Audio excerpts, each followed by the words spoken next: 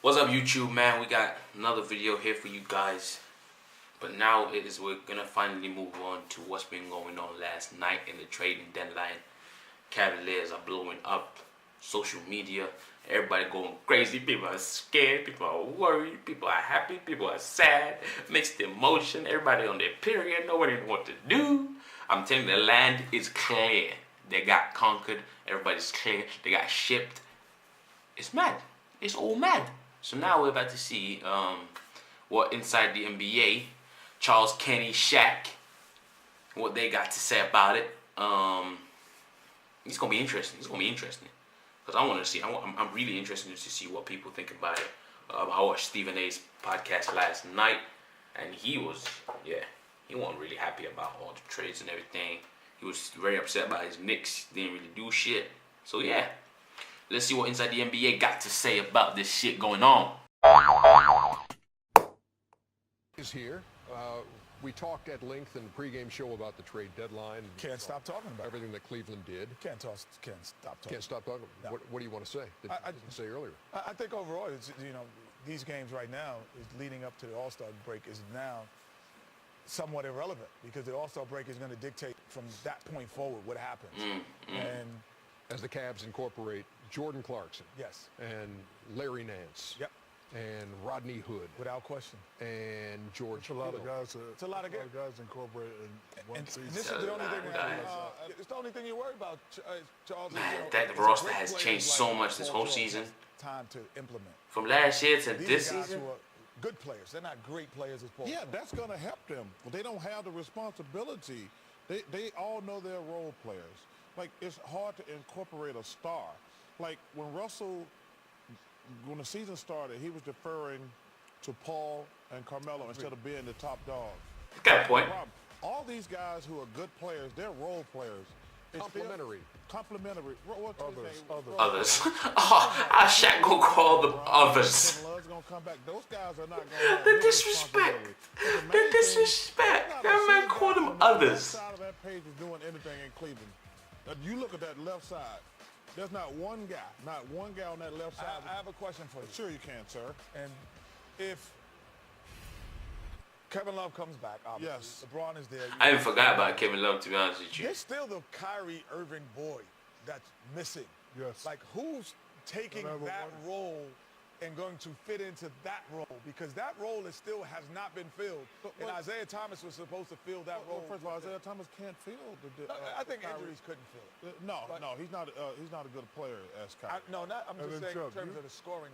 Not a good as player. I agree. Usually you gotta have a great 1-2 punch, right? But the champs, they got a 1, 2, 3, 4. Yeah. They got uppercut, swing. Man, Golden State packed. Right now, Cleveland only got one punch. These little cryptic tweets they're sending out with him, he's shooting basketball. I think he's coming back before the end of the season. But if Cleveland didn't do something, they wasn't gonna get out of the first round of the playoffs. They would have kept dropping. Why'd you like what Denver did on trade deadline day? What Denver do? The 2 trades they picked up. Well, they got Devin Harris. Who I'm a big Devin Harris fan. Yeah. He's older. He's older now. Yeah, but the other kid Moutier, who they were trading, he wasn't doing anything. And I actually, I like Devin Harris. Emmanuel Moutier. That Denver team, man, they play so hard. Mavericks. They do. Receive I like their team, but I don't know Doug if the trade makes McDermott. them that much better. Don't make that much I'm just difference. saying it makes them better because Devin Harris is a veteran guy. Brings a lot of postseason experience. Okay. Yeah, and that's what Denver needed because they got a bunch of young guys. I like that. It's good for Moutier because he was down playing, but he wasn't being in the same role. And, the kid from Kentucky obviously came in and did his job there. And I'm glad you showed me. That's good for Moutier. He can finally get some proper playing time. He was coming off the bench at Denver. No, he went to Dallas. Dallas, yeah. I made a mistake there. But I like getting Devin Harris, but I thought they got McDermott also. That's my mistake. Let's hit the American Express teammates from the first half of this Boston-Washington game.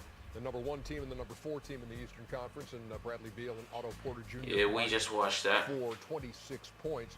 Washington has 13 assists on their 19 made field goals. This is something that we talked about last week, Shaq, that you have John Wall, who's injured now, but John Wall was number 2, number 3 in the league in assists, but the assist numbers have gone up for Washington since Wall has been out.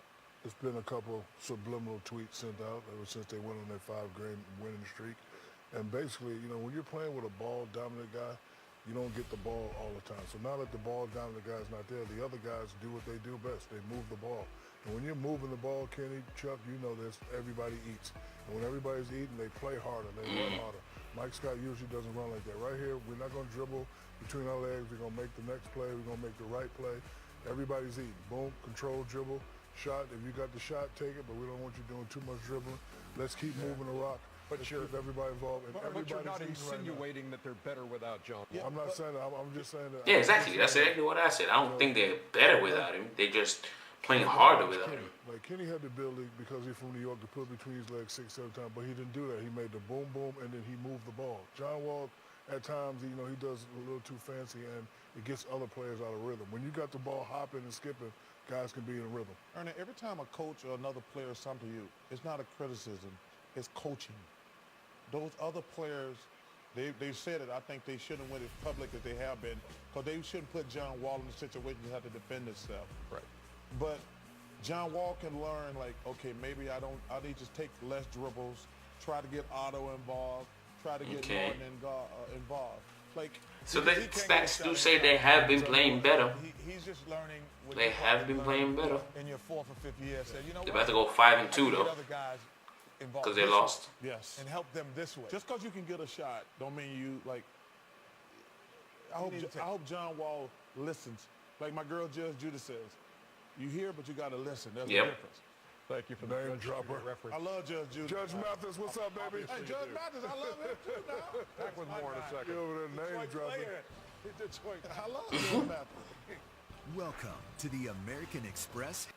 All right, so that was a little sneak peek right there of what they think about it. And I think what Kenny said the most is mostly correct, is that they still haven't filled that Kyrie spot yet. They don't have nobody who's gonna come in the clutch and get you buckets when you need it. When you're going down and the other team's causing runs, and for you to stop the run, you need somebody to get a bucket for you. LeBron James, he might get double teamed. Like, who's gonna swing the ball to? You know what I'm saying? But also what Shaq said was very crucial as well. Is the fact that now they have no, not Shaq.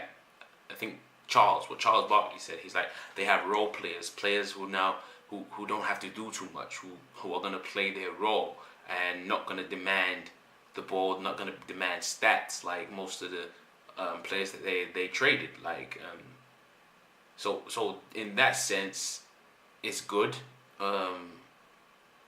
Because then LeBron can do what LeBron does, and hopefully the role players can fit around him and pick up them pieces.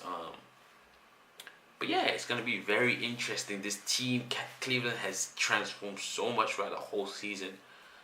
They're very different from last season, but we'll see. We'll see if they actually make it out of the Eastern Conference. I personally don't think they're going to make it out of the Eastern Conference this year, and that's not really a bad thing. It's just going to be a wake-up call, show you them that they got a lot of work to do. But yeah, that's just a quick video right there. So y'all let me know what y'all think about this Cleveland team. Lots to talk about. If y'all like this video, hit that thumbs up and stay tuned for some more video, man. Hit that subscribe button. See y'all in the next video, man. Peace.